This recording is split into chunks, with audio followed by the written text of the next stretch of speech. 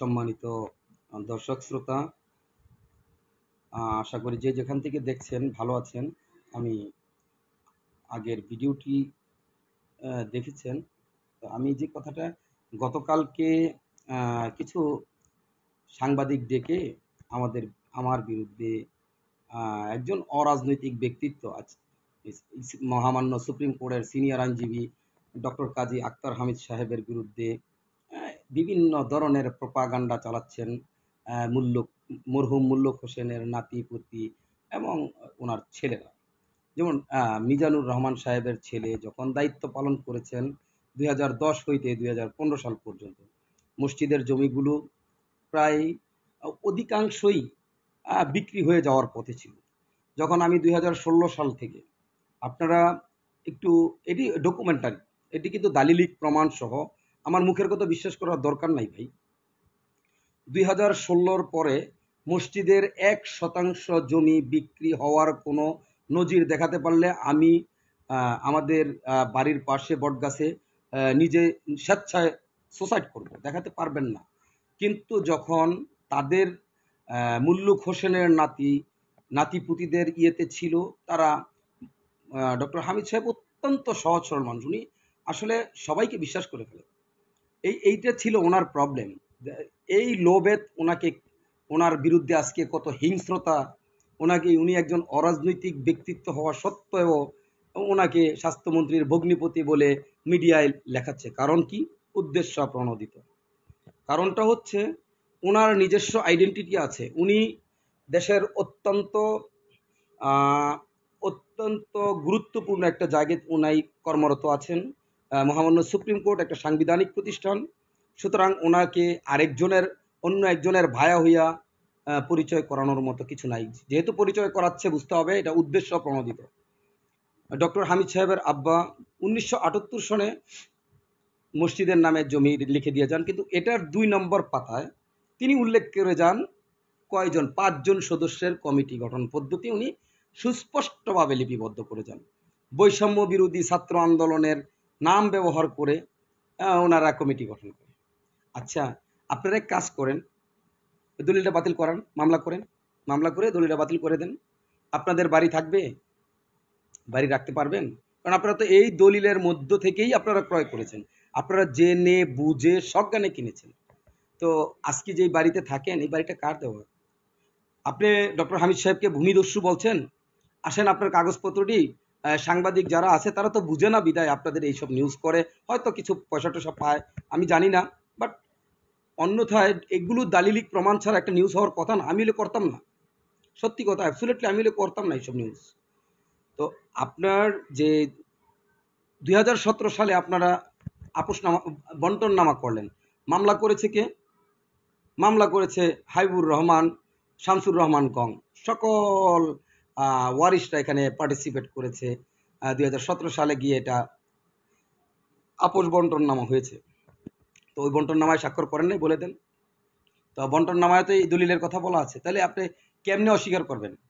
আপনারা যেগুলা করতে চাচ্ছেন, দেশের মানুষ কি পাগল হয়ে গেছে? না, একজন মানুষও পাগল হয় নাই। আপনারা দিবা স্বপ্ন দেখতেছেন, এসা করেন তেসা করেন। আপনারা যখন ব্যারিস্টার রাবিয়া ভূঁইয়া সমাজ কল্যাণ মন্ত্রী ছিলেন, এই আপনাদের পরিবারটির জন্য মাজামারা পুল থেকে, ব্রিজ থেকে ওই এলাকায় রাস্তাটা নেওয়া যায় নাই। আপনারা কিন্তু এই এলাকার মানুষগুলো আসলে সহজ সরল, তো আপনাদের এলাকার, সেজন্য আপনারা আসলে এগুলো করতে পারেন। কারণ যারা নাকি রাস্তাঘাটের শত্রু, উন্নয়নের শত্রু, তারা তো সমাজের কখনো ভালো চায় না। আজকে এখানে একটা কলেজ এবং উচ্চ বিদ্যালয় হওয়ার কথা ছিল, আপনারা সেই জিনিসটা ধ্বংস করে দিয়েছেন। আপনারা ওই এলাকায় যতদিন থাকবেন, আপনাদের এগুলা যতদিন ওই এলাকায় আছেন, আগামী 100 বছরেও ওই এলাকার উন্নয়ন ঘটবে বলে আমি মনে করি না।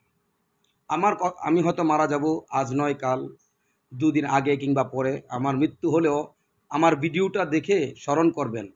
এই মালুস উন্নয়ন ততদিন পর্যন্ত হবে না যতদিন পর্যন্ত আপনাদের একটা অংশীদার থাকবে। কারণ আপনারা যেভাবেই হোক, এই যে মানুষকে ডিমোটিভেটেড করার চেষ্টা করেন, কিন্তু মানুষ কি বলে? আপনারা একটা মিটিং করলেন, সমাবেশ করলেন, কি যতগুলো ছবি দেখা যায় ছবির মধ্যে আমি যেগুলো পাইছি, প্রত্যেকটা লোক এই যে 2015 সালে যে জালিয়াতি করে মসজিদের জমি বিক্রি করছেন, প্রত্যেকটা তাদের ছেলেপেলে, প্রত্যেকটা ছেলেপেলে তাদের। আর মানুষের কাছ থেকে তো আমরাও কথাবার্তা বলি, একটু নেই।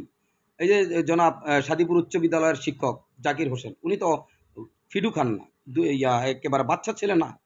উনি স্বাক্ষর করে ওনার বাবাকে মোতাবল্লি বানিয়েছেন। উনি কি শিখাইলেন? উনি আমাদের সন্তানদের মানুষ করবেন। উনি এখানে কি শিখাইলেন? যে প্রতারণা কইরা তোমরা মসজিদের জায়গা বিচারে, এটা বুঝলেন না? উনি কি ক্লাসে এগুলো শিক্ষা দেন কিনা আমি প্রশ্ন রাখতে চাই সাদিপুর স্কুলের শিক্ষার্থী অভিভাবকদের নিকট। তো যাই হোক, আর বেশি কিছু বললাম না, আর অনেক কথা আছে। আপনারা 2000 আপনারা ডক্টর কাজী আক্তার হামিদ সাহেবের যে সমস্ত সম্পত্তি আজকে আপনাদের কাছে নিয়েছেন ছলচাতুরি করে, মনে করেন যে রুহুল আমিন বুঝি এইসবই করতেছে। হ্যাঁ, আমার নামে পাওয়ার অফ অ্যাটর্নি দিয়েছেন নির্দিষ্ট কাজের জন্য। আপনারা ওয়াকফ আইনটা দেখে নেবেন। ওয়াকফ আইনে সুস্পষ্ট বলা আছে 66 ধারায়, 66 ধারাটা দেখে নেবেন যে এখানে পাওয়ার অফ অ্যাটর্নি বলে তিনি মোতাওয়াল্লি নিযুক্ত করতে পারেন না। আমি মোতাওয়াল্লির দায়িত্ব পালন করতেছি না, করব না, করি নাই। আমি কিসের দায়িত্ব পালন করব? আমাকে সেরফ মামলার পাওয়ার দেওয়া হয়েছে, সেখানে স্পষ্টভাবে পাওয়ার অফ অ্যাটর্নিতে উল্লেখ করা আছে। আপনাদের যে আইনজীবী আছেন, এই আমার বক্তব্যটা শোনাই দিয়েন, আমার এই কথাটা শোনাই দিয়েন যে পাওয়ার অফ অ্যাটর্নি সুনির্দিষ্ট কাজের জন্য দেওয়া হয়। সুনির্দিষ্ট কাজটা কি? আপনারা জমি বিক্রি করছেন, এখন যদি আপনাদের ফ্যামিলিতে পাওয়ার অফ অ্যাটর্নি দেয়, তা আপনি কি মসজিদের কল্যাণে কাজ করবেন না পরিবার বাঁচানোর কাজ করবেন? এটা তো মানুষ কি বুঝে না?